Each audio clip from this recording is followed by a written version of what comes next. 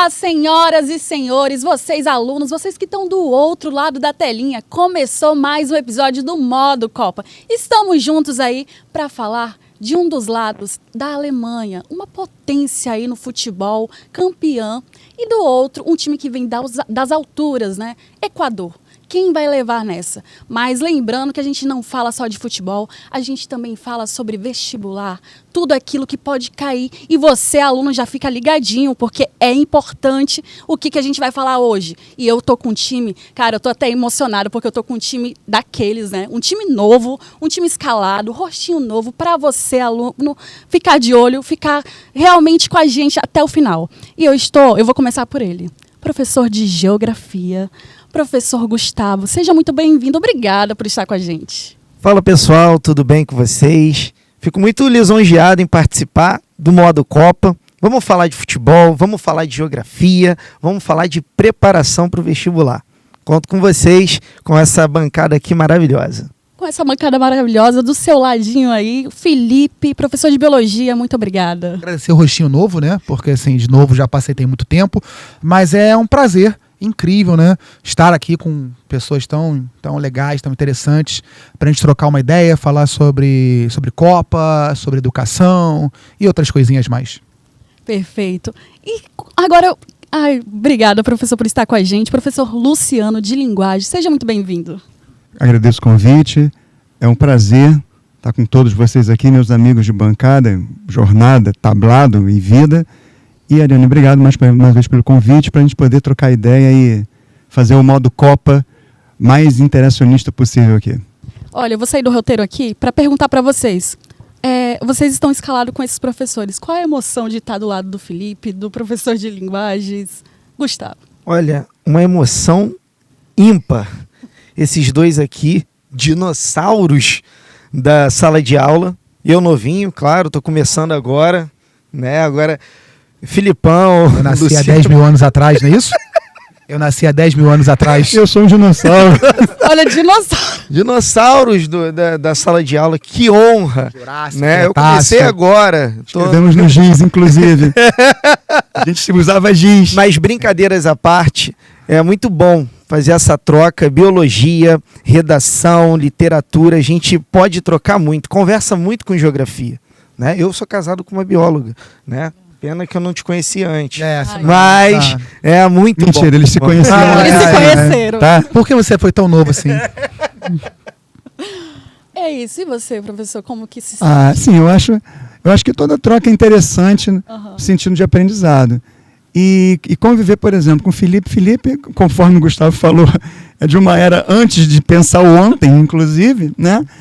E toda troca é válida, porque assim você consegue transferir conhecimento de uma forma agradável, saudável, jocosa, que é isso que a gente quer fazer aqui nesse episódio com vocês aqui.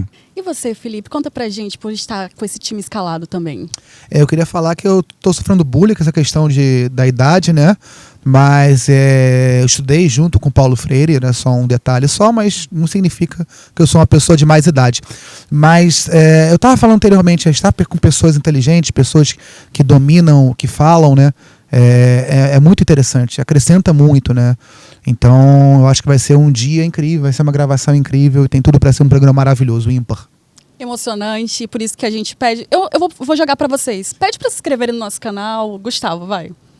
Galera, não se esqueça, se inscreva, Modo Copa, você vai encontrar aqui futebol, dicas, preparação para o vestibular e aqui a descontração entre os colegas aqui de profissão, entre os professores. Se não se inscrever, não vai passar no vestibular. Roguei praga.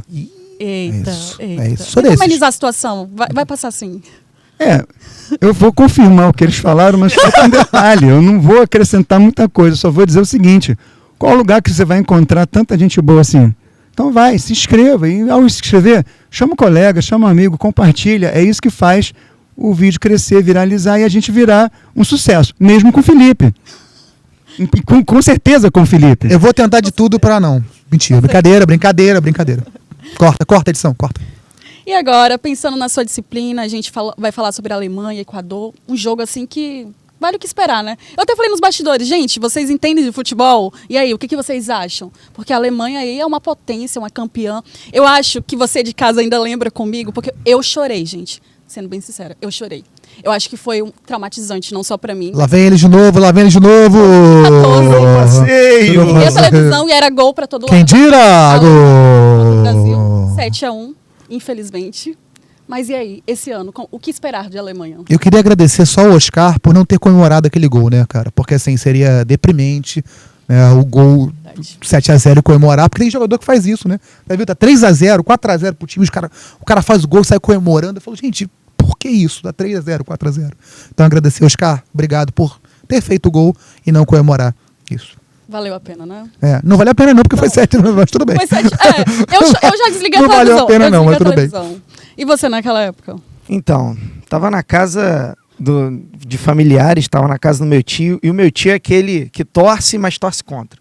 Eu avisei, olha lá. Eu sabia que isso acontecia, é o famoso eu sabia. Eu sabia. Né? A Alemanha é uma camisa, é uma seleção em que a camisa ela enverga o varal. Pesadíssima, sempre vai entrar na Copa como favorita. E eu vejo muito por esse lado. Pode não ter feito um ciclo maravilhoso, mas na hora da Copa, na hora dos jogos, eu acredito que seja ampla favorita. Eu tinha até visto uma postagem esses dias de um argentino, acho que foi no Instagram, que ele falava assim, a seleção argentina foi a primeira a erguer essa nova taça, né? Porque o Brasil ergueu a Jules Rimet 3 vezes e a Argentina foi a primeira... Não, foi negativo, eu fui lá corrigir ele. Quem ergueu essa nova taça, bonita pra caramba, por sinal, foi a Alemanha. Se eu não me engano, 74... 7-4 Beckenbauer, né? 7-4, aí teve 90. depois 90 e agora 2014. Então foi a primeira seleção a erguer 3 vezes. Sim. Então eu corrigi lá o argentino. Falei, não é assim que funciona, não. E a Argentina tem aquele 78 ali que é meio... deixa pra lá. Não. Deixa lá pra que não quero ser cancelado, vai lá. Professor Luciano, você tá de Alemanha. Conta pra Eu tô de alemão, eu sou o alemão mais rubro-negro que existe, é que a camisa é pesada, porque vocês se lembram qual era a cor da camisa, inclusive. Mas eu acho assim que, olhando por um prisma maior em relação à questão da Copa do Mundo, o evento Copa do Mundo é muito interessante porque você não discute só o futebol. Sim. Né? É uma Copa diferente, é uma Copa com muitas seleções, algumas exóticas, né? Curaçao, por exemplo, que as pessoas achavam que era o nome de uma bebida. Não é nada de bebida, Curaçao não é uma bebida. Mas é interessante você pensar como que isso tudo vai acontecer no sentido da comunhão, né? Porque a Copa do Mundo, na verdade, é um grande processo de comunhão de países, de ideias, de propostas, de dissidências. A gente vê, inclusive, uma questão do Irã, essa polêmica em relação se vai ou não vai disputar os jogos, embora a gente saiba que a força da FIFA é muito grande para isso acontecer. Mas eu acho que a gente tem que pensar, já que você perguntou sobre a questão dos 7-1, o seguinte: a gente vive um 7-1 quase todo dia.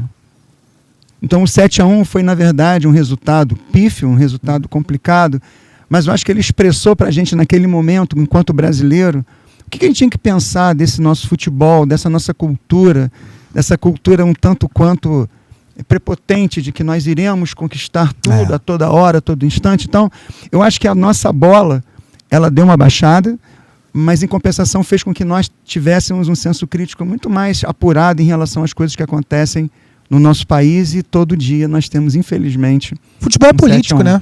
O futebol, futebol é reflexo da sociedade. Quem diz que o futebol é a ociosidade do povo, definitivamente vocês não pegarem conhece diversos o que o fatos futebol históricos estão relacionados intimamente, diretamente ao futebol, né? A gente vai citar aí N fatores aí da relação do futebol com a história, né? A gente tem lá, por exemplo, eu estava assistindo há tempos atrás um documentário bem interessante, acho que é da ESPN, que ele fala sobre quando dissolve a Iugoslávia, né? Sim, verdade. E o estopim é um jogo entre dois times, um da Croácia e outro da Sérvia, que é uma briga generalizada, né? E ali os caras resolvem ali brigar, tanto é que os torcedores vão pro fronte, cada um representando o país, né? Tem lá os padeiros de Kiev, lá, a história maravilhosa de um time da União Soviética, jogaram contra os nazistas, venceram os nazistas, mas no final tiveram um fim trágico e tal. Então, assim, o futebol é muito político, né? É muito político, e eu acho que essa nossa discussão aqui, ela está justamente pensando, né, nessa questão, né? vamos falar dos conhecimentos específicos de cada um, mas esses contextos são muito interessantes para que nós nos propusemos a falar sobre o que está no contexto do futebol e que muitas das vezes a gente vai, assiste, torce e tem que reconhecer que por detrás disso tudo tem uma história a ser contada. Tem uma história a ser contada e é por isso que eu vou já jogar a bola para o nosso professor de geografia falar sobre Alemanha, Equador. São países totalmente diferentes, questão economicamente, né, falando. Conta pra gente um pouquinho desses desafios, tanto no Equador, por conta de ter muitos recursos naturais, e Alemanha, essa indústria, né, que a gente conhece e assim, fala um pouquinho para a pessoa que está assistindo sobre isso. Vamos lá. Quando a gente pensa na Alemanha, a gente fala de um país europeu que teve sua industrialização clássica lá no século XIX. Quando eu penso, por exemplo, no Equador, eu estou falando de um país que foi colonizado e que teve sua independência ao longo do século XIX. Então, enquanto um país estava se industrializando, outro estava se tornando livre. Né? A própria Copa Libertadores é uma referência a isso, né? Os Libertadores da América. Bom, e aí nesse caso, o que eu falo para você, aluno, estude divisão internacional do trabalho. O que é isso? São 3 palavrinhas muito importantes para a gente entender a função produtiva que esses países têm na economia global. E aí, quando a gente nota a Alemanha, a gente percebe que é um país que teve uma industrialização que foi ocorrendo ao longo de 2, 3 séculos, já está no século XXI, iniciou no século XIX, e que começou a produzir muita tecnologia, centralizando esse capital. Então é preciso a gente entender esse ponto, qual a função produtiva da Alemanha. Então, o tipo de produto que ela tem, produtos automotivos de alta tecnologia, faz com que você tenha uma estrutura, né, e um acúmulo de capital, diferentemente do Equador. Quando a gente pensa no Equador, por mais que ele tenha inúmeros recursos, a gente pode fazer até mesmo um gancho e lembrar do Brasil, um país com inúmeros recursos naturais. A gente vê que é um país que trouxe uma herança estrutural desse período de colonização, de exploração. Então, o que o Equador hoje é para a divisão internacional do trabalho? Um país agroexportador. Então, o Equador, ele exporta muita banana, o Equador exporta muito camarão, enquanto a gente pensa na Alemanha como um país que investe em outros países diante do barateamento do custo produtivo. Isso é importante a gente entender também. Nós já vivemos a indústria 4.0, a centralidade do capital fica, mas a produção sai. E a Alemanha já tem uma alta tecnologia inserida. Então a gente precisa pensar nessa disparidade. Não é o recurso natural que vai determinar essa estrutura, mas sim qual é o papel desse país na divisão internacional do trabalho. Então, dica para vocês, vamos estudar a divisão internacional do trabalho. Então, a gente começa a pensar essa divisão internacional do trabalho lá atrás, lá do período de colonização, período da expansão marítima, até os dias atuais. O Brasil, vamos dar um exemplo claro, né? Ainda é um país com grandes aportes agroexportadores. E a gente está passando, inclusive, por um processo de desindustrialização. Então, a gente está voltando a investir ainda mais na agroexportação. País agrário, né? País agrário, sem dúvida. A gente tem aqui... Baseado em latifúndio, monocultura, abuso de agrotóxicos, não é isso? Exatamente. Essa utilização de agrotóxicos tem até uma curiosidade, né? Você sabia que hoje os médicos não estão nem indicando que a grávida, a gestante, possa consumir o morango? Sim. O morango, ele é uma fruta com grande incidência de agrotóxico. E o agrotóxico, ele está dentro dessa lógica de mercado aí. Uhum. Por que você usa o agrotóxico? A maioria das vezes é para você diminuir o tempo do cultivo e atrelar isso a uma venda mais dinâmica. Então, esse é um ponto importante. E também a eliminação de pragas, né? Então, assim, a gente tem um país que tem uma quantidade de insetos, principalmente insetos, são as maiores pragas agrícolas, né? Existem outros micro-organismos e tal, e aí você abusa, né? Usa excessivamente o agrotóxico. para eliminar essas pragas. A gente tem toda a questão evolutiva da resistência de pragas, tem a questão do acúmulo do agrotóxico ao longo da cadeia alimentar, certo? Então, existe uma coisa chamada magnificação trófica, ou bioacumulação. Esses produtos se acumulam ao longo da cadeia alimentar. Então, lembrar que nós somos a ponta da cadeia alimentar. Então, a gente consome, por exemplo, ou vai consumir o vegetal, né? Ou vai consumir o animal que acabou se alimentando daquele vegetal. Ou seja, então, a gente acaba sofrendo impacto direto com isso, né? Isso é um debate muito grande, né? Porque eu vejo muita gente falando sobre o agrotóxico, que está num número exacerbado, usando bastante para eliminar pragas, mas que isso prejudica muito o ser humano em si. Sim. Que é a gente, né? Fazendo um gancho aqui sobre a questão do clima quente e úmido, e a gente está falando do Equador, eu quero falar da linha do Equador. A linha do Equador, né? Antes do Djavan, né? Que você Excelente, excelente. A linha do Equador é o paralelo que divide o hemisfério norte e o hemisfério sul, e lá a gente tem a convergência de ventos úmidos. Isso faz com que forme uma zona conhecida como Zona de Convergência Intertropical. Essa área é uma das áreas mais úmidas do planeta, graças a essa dinâmica da atmosfera. Então você falou sobre clima quente e úmido, eu não podia deixar de não falar sobre a linha do Equador, que não necessariamente diz respeito ao Equador, país agora que a gente está falando, até porque o relevo do Equador ele vai ter algumas diferenças, a própria Cordilheira dos Andes, né, em que o clima ali ele vai se modificar por conta do fator altitude. Você queria... Eu estava te atrapalhando aqui. Não. Eu vou pegar o gancho de falar de altitude, né?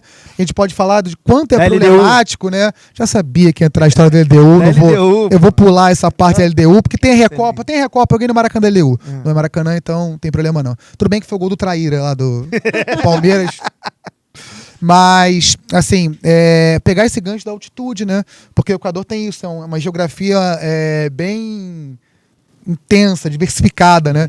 Então a gente tem essa região de floresta, tem a região da altitude, né? E quanto é nocivo, quanto é complicado para um atleta jogar em altitude, né? A gente está falando de uma região, eu costumo brincar para traçar paralelos, né? Por exemplo, Quito está a 2.500, 2.600 metros de altitude.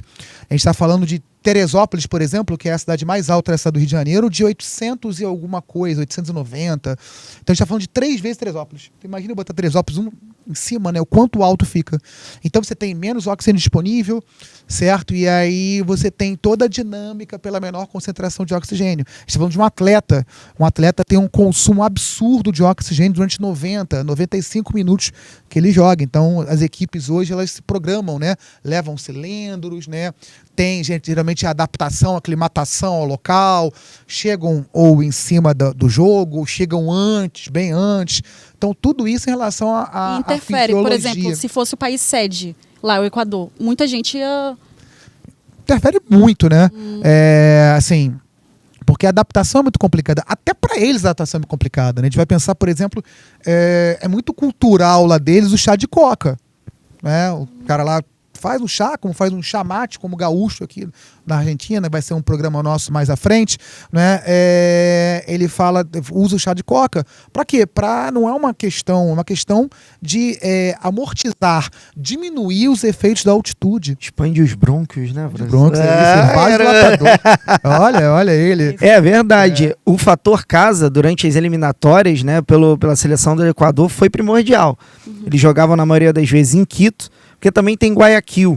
E aí, né, teve um time lá que ganhou em 2022. Eu ganhei no Maracanã. Você estava lá? Eu estava no Maracanã. Deixa pra lá. Em Guayaquil, a gente já está ao nível do mar. Então, isso já corresponde muito a essa diversificação geográfica, né? Porque Guayaquil está a nível do mar, então o fator altitude acaba não atrapalhando. Mas em Quito, nesse contexto, foi muito importante para o Equador na classificação para a Copa do Mundo. Perfeito. Agora eu quero ouvir o nosso professor Luciano falar um pouquinho sobre a identidade nacional desses países, tanto da Alemanha quanto do Equador. Eu acho que é muito importante, né, quando a gente fala não só de autores, eu lembro muito da Alemanha, mas e Equador tem também? Conta pra gente um pouquinho e o que pode cair no vestibular, que o aluno tem que ficar atento. Sim. Então, a gente está lidando com 2 realidades culturais completamente distintas, né? Então, é claro que a gente vai pegar na primeira associação em relação ao processo formador dessa cultura. Vamos começar pela Alemanha. É um berço cultural, um berço civilizatório, inclusive, que faz com que a gente entenda que dentro do processo de construção de identidade nacional, a gente não pode esquecer de um problema, a gente poderia até dizer que seria uma mancha no processo histórico alemão, que seria o caso da ascensão do nazismo, né? E a gente precisa entender que os autores da época que coincide com eclode a primeira e o intervalo até a Segunda Guerra Mundial, que os escritores alemães, eles ficaram completamente cerceados do direito de escrever os seus textos, né? Então a gente tem uma ideia da Alemanha muito voltada ainda para uma Alemanha literária do século XIX, que ainda estava no seu processo de formação de um Estado nacional, tá? E aí a gente consegue falar de Hermann Hesse, a gente consegue falar de Rainer Maria Rilke, tá? Que são escritores bem potenciais.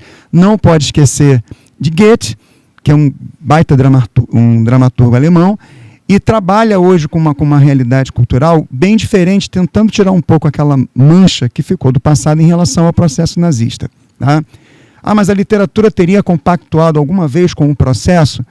Os registros oficiais dizem que não tem esse registro, na verdade. Mas, assim, quando a gente observa livros como, por exemplo, de Kafka, As Metamorfoses, a gente percebe que por detrás daquele discurso, um tanto quanto de um realismo fantástico... Inimigos do Rei. Inimigos do Rei, uma barata chamada Kafka, coisas da MPB brasileira, né? Da MPB local aqui na gente. Mas havia uma tendência natural do Kafka tentar mostrar através de uma metaforização do ser humano como que você pode se transformar a partir dos processos mais simples da sua vida, né? Mas tem um discurso ideológico ali por trás de Kafka? Sim, existe, mas que requer algo a mais para você poder entender o que é você, enquanto autor, se desvencilhar do processo social que a sua nação passou. Então a gente observa quando fala, por exemplo, da cultura alemã literária, né, da produção literária, a gente nota até no discurso literário um pouco dessa reticência, entende? Porque assim, como que eu posso me fazer valer culturalmente de uma situação pela qual, de repente, eu nem quis fazer parte daquilo? Então a gente nota na Alemanha um pouco essa questão nos escritores locais. Uma diferença muito grande quando você tem a quebra da Alemanha Oriental e Ocidental, na literatura, não. Na literatura, um pouco. Por quê? Porque você trabalha com duas realidades sociais completamente distintas. Então o bloco ocidental sempre foi considerado o bloco econômico mais favorável, né? E aí você tem, ao mesmo tempo, uma propensão social de pensar a arte de uma outra forma. Você não poderia imaginar que uma determinada população tivesse todo o arcabouço de uma cultura nazista, entende? Paralelamente seria, jogar um pouquinho para o Brasil, seria na época de 1930, durante o Estado Novo de Getúlio Vargas, Drummond escrever livros de poesia valorizando o fascismo de Vargas. Então, havia uma consciência coletiva em relação ao que a produção literária poderia acontecer. Romper essa barreira foi fundamental a partir do momento em que houve a unificação das duas Alemanhas. Então, quando você tem um processo de unificação, e no futebol a gente nota isso a partir do Leipzig, que é uma equipe alemã que rompe um pouco essa fronteira, inclusive o Leipzig é o único time da Alemanha que foi comprado por uma empresa e é o time mais detestado da Alemanha. Eles odeiam, né? Eles odeiam o Leipzig. Todo jogo tem faixa, tem... Existe uma cultura muito forte na Alemanha de pertencimento. O time é da Bavária, o time é de Munique, o time é de Düsseldorf, o time é de Stuttgart. Então eles têm uma ideia de pertencimento. Então eles não aceitam o Leipzig ter sido comprado por uma empresa multinacional. Né? Que tem essa tendência de comprar outras equipes ao longo do mundo. Então a gente nota que isso na Alemanha é muito rígido. Se desvencilhar disso foi muito comum a partir da quebra da questão da divisão das Alemanhas, e hoje você vê uma Alemanha muito menos ressentida desse problema e vê com uma produção cultural e literária muito mais com essa questão desse comércio, dessa visão que a Europa tem sobre si mesma. Então ela tem uma visão muito crítica sobre isso. Sobre o Equador. Olha, é difícil você pensar assim no conhecimento coletivo de escritores equatorianos, tá? O que nós temos, na verdade, você tem o marco deles, tá? E você tem também a questão contemporânea. Só que esse marco deles é um marco muito voltado para a literatura que a gente chama de indigenista, que não tem nada a ver com a nossa literatura indianista, tá, galera? Não tem nada a ver com a literatura de Zé de Alencar, com a literatura dos Exupéry e das Cecis da vida. Eles trabalham muito a questão, no Equador, da cultura primitiva. Então, eles pensam necessariamente assim. Então, onde é que está a nossa essência para poder trabalhar a nossa história? Então, além de trabalhar com a literatura, a contemporânea, tá? Eles procuram trabalhar com a literatura muito mais voltada para a crítica social em função dessa pobreza social que o Gustavo vai falar com vocês. Eles procuram recuperar valores históricos deles através dessa posição indigenista, que não é para trabalhar necessariamente com a formação dos povos primitivos, mas é justamente enaltecer a miscigenação. Então, como o Equador é um país que tem também uma população negra muito ativa, né, e percebe-se isso através até mesmo das equipes de futebol, que tem bastante representatividade negra, a gente nota que nessa literatura eles querem fazer uma recorrência à sua história, mas não excluindo determinadas raças, entende? Então lá se entende o conceito de multifacetado de cultura, que se traduz numa literatura, infelizmente, muito local. Nós não temos acesso a essa literatura. É uma briga contra a marginalização de algumas Mas isso etnias. é muito da literatura hispano-americana, sabe? Porque assim, a gente sabe escritores colombianos, o Garcia Márquez é colombiano, a gente tem o Mário Vargas Llosa, que é peruano, a gente tem o Julio Cortázar e Jorge Luis Borges, que são argentinos, o Mário Benedetti, que é uruguaio, mas nós não temos o registro, assim, cânone de escritores equatorianos para nos contar essas histórias que eu estou contando aqui para vocês nesse nosso episódio. Então, para você falar sobre os escritores, sobre o discurso equatoriano, você encontra a Mônica Ueda, tá? Que ela é nossa representante contemporânea. Ela tem ali ela belisca um sucessinho, não é pejorativo, tá? É um sucessinho em relação a países andinos, tá? Para poder dialogar com essa questão primitiva, mas você não vê nada furando a bolha para poder chegar num círculo mais Mas não tem muito mundial. essa questão de também tempo de país, né? O tempo Eu de história. acredito que sim. Porque a gente está pegando uma nação, por exemplo, a Alemanha, que é uma nação antiquíssima, né? Com, teoricamente, não que o Equador não seja uma nação antiga, né? Mas existiam povos originários lá, né? E a gente tenta, Exato. geralmente, apagar essa história dos povos originários. É a questão da a história que a história não conta, né? Sim, exato. Isso é mesmo. uma crítica que existe.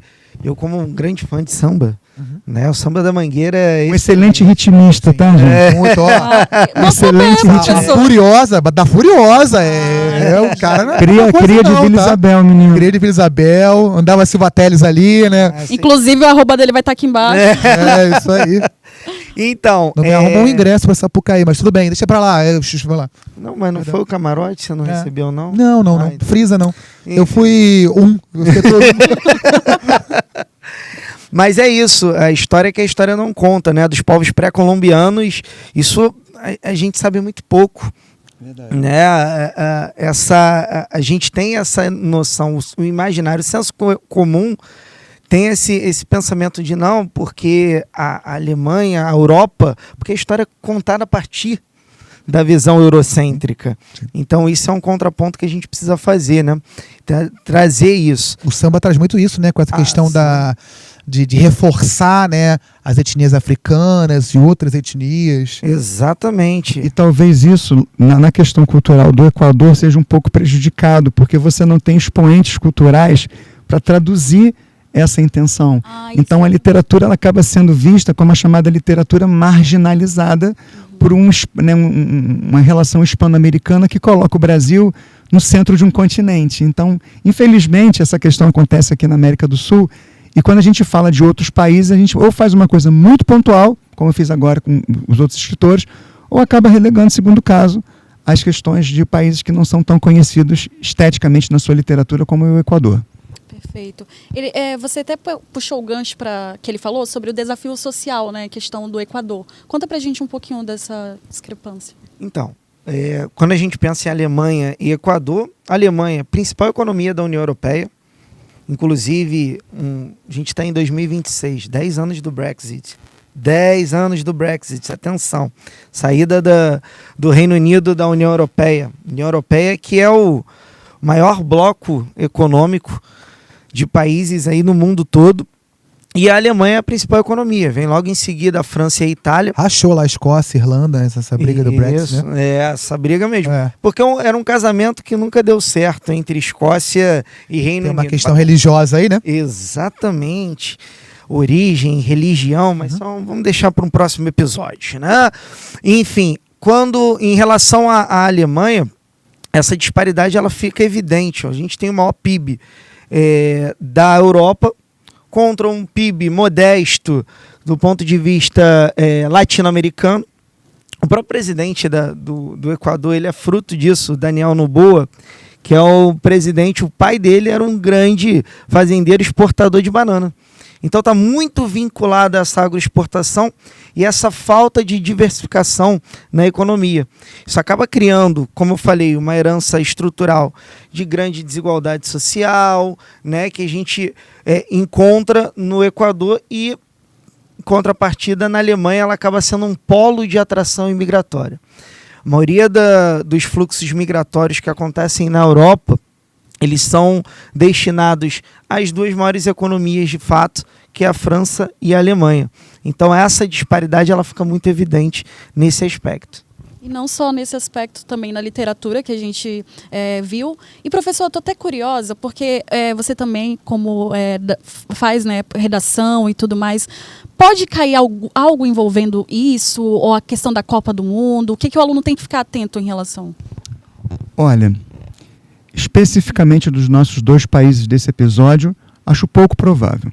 Tá? Os temas do Enem são temas muito nacionais, de problemáticas aqui do nosso 7-1 de todo dia. Isso. Né? Então, o que a gente pode exportar um pouquinho de ideias pensando em Copa do Mundo é a questão da imigração.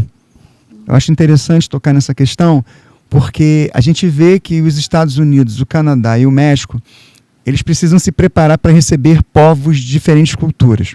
A gente sabe que existe uma questão comercial muito claramente embutida na Copa do Mundo. Mas é o entendimento de como que essas pessoas vão ficar 40 dias a Copa do Mundo esse ano. Isso, um pouquinho média mais, né? 40, quase 2 meses. Tem mais né? seleções. São 48, né? 48 seleções. Aumentaram em 16 seleções. Ao entendimento de que realmente vai ter que ter esse fluxo migratório muito grande nos países. E seria muito curioso saber como que seria, por exemplo, você torcer para um determinado país, numa determinada arena, em que você seria um tanto quanto hostilizado pela sua questão sociopolítica, sociocultural. Sabe? Então eu acho que tocar nessa questão sobre os problemas da imigração, mas trazendo um pouco dessa questão da Copa do Mundo para a realidade brasileira, seria muito interessante a gente pensar numa questão mais local, tá? Que acontece aqui no Brasil. Sobre outra questão em relação à Copa do Mundo que a gente poderia tocar, seria o pensamento em relação às diplomacias. Tá?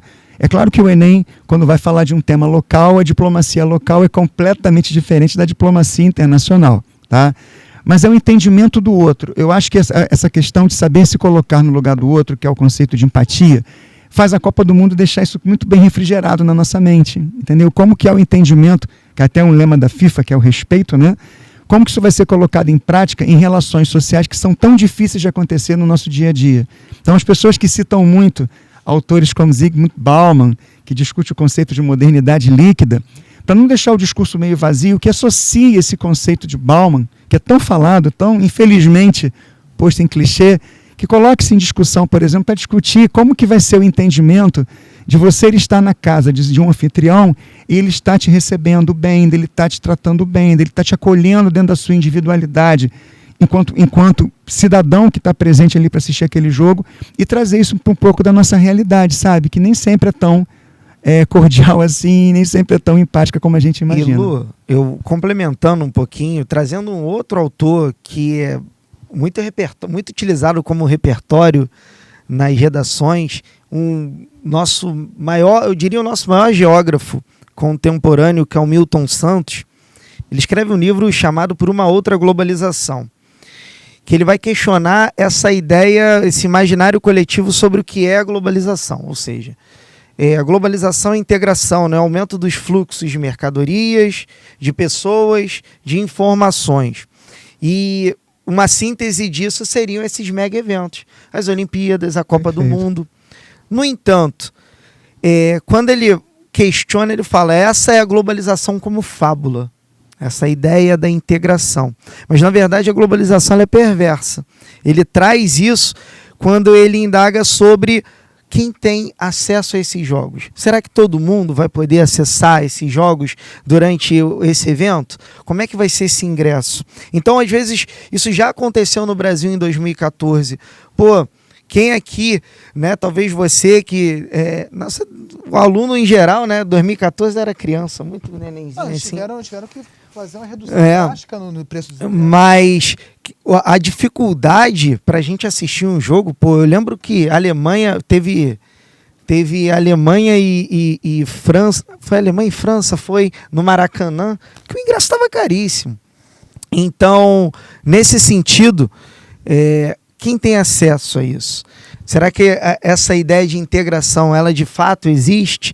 E aí, indo também para o que eu já havia falado anteriormente, a divisão internacional do trabalho, ela expõe ainda mais essas desigualdades. Então você vai continuar sendo um agroexportador, enquanto eu vou acumular aqui, eu vou explorar os custos, ou melhor, vou explorar a sua mão de obra, vou utilizar isso, mas o capital, a riqueza vai continuar vindo para essas potências hegemônicas.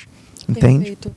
Você falou de riqueza, eu quero até ouvir um pouco o Felipe falando um pouquinho do Equador. A gente falou, né, da literatura, falou da geografia, mas biologia. A gente sabe que o Equador é rico em, né, riquezas naturais e tudo mais. A floresta amazônica também tem um pouco lá. Conta pra gente um pouquinho a importância, né, da biodiversidade. Antes de falar de Equador, vamos falar do nosso querido Quintino Futebol Clube, tá? Que tá patrocinando aqui as nossas camisas, tá? Fica no Barra Point, vai lá. Se você quiser camisa de qualidade, camisa retrô, Quintino Futebol Clube, Barra Point, vai ser feliz. Quem gosta de guardar camisa, comprar camisa, bom, vai se esbaldar lá. Inclusive eu tô aqui com a minha do Tri da Alemanha, tá? 90, foi exatamente esse modelo. Meu amigo Gustavo ali, ó. Tá com essa réplica bonita de uma década perdida. Uma década perdida para pobre Holanda, década de 80, camisa, era exatamente esse modelo assim. O meme pronto, né, cara? É um meme perfeito, tá? É o Van Gustavo. Van Gustavo, sensacional. Então, sobre o Equador e a questão da floresta tropical, né, é de uma relevância ímpar, né? Porque a gente está falando de uma biodiversidade absurda, né? Então a gente está falando de regiões com a maior biodiversidade do planeta. A gente está falando de ciclo da água, né, de grande parte das chuvas que acometem aqui o sul, o sudeste do Brasil são provenientes dessa região, né? Chegam através de ventos, né, correntes através dessa região. Então, assim, a gente está falando de um patrimônio, certo? A gente vai entrar em inúmeras celeumas aí da questão da ocupação, né, de exploração de áreas de povos originários, né, o quanto a gente tem que proteger, reservar essa área. Eu sempre falo que, né, o Brasil não foi descoberto, né? Já existiam pessoas aqui. Então, assim, eles são os primeiros, né? Eles são os primeiros brasileiros, né? Antes de existir Brasil, Terra de Santa Cruz, ou outros nomes que foram dados, eles já estavam aqui, né? A cultura nossa perpassa muito pela cultura deles. Então, assim, a gente tem uma questão aí de biodiversidade absurda, uma questão de ciclo d'água importante e uma questão do respeito a esses povos originários dessa região. E aí eu queria pegar um ganchinho do Equador, porque tem a historinha lá do nosso querido Darwin, que eu não vou mostrar a tatuagem para vocês, porque eu já mostrei no primeiro episódio, tá? Vão lá, quem não viu, vai lá. Vê na sequência, por favor, tá? Que eram os países sedes: México, Estados Unidos e Canadá. Então, assim, o trabalho de Darwin, ele começa ali, né? Na Ilha de Galápagos. Não começa ali, ele termina ali. Vamos melhorar isso aqui. Na Ilha de Galápagos, ele observa essa diversidade. Ele observa uma coisa que a gente conhece como endemismo, né? E que é endemismo? É a espécie que é originária daquilo ali, daquela região, né? Quem viu Madagascar, eu me remexo muito, né? Eu me remexo muito. Não. Então, tem o Rei Julian. Rei Julian é um lêmure. É um lêmure que só é encontrado em Madagascar e Comores, que é o meio do lado ali.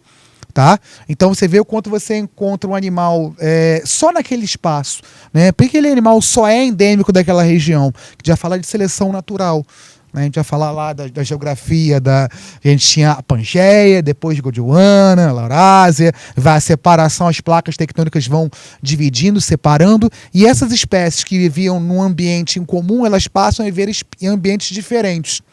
Certo? Então a gente tem aí um processo de seleção natural diferente para cada região, que aconteceu diferente naquela região de Galápagos, né? E o trabalho do Darwin é incrível porque não existia biólogo, né? Não tinha essa profissão, o biólogo, né? Era o naturalista.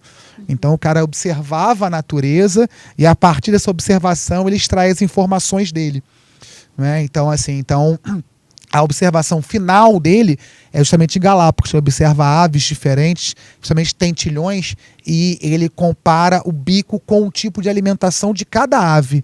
E ele a partir dali, ele perfaz, né?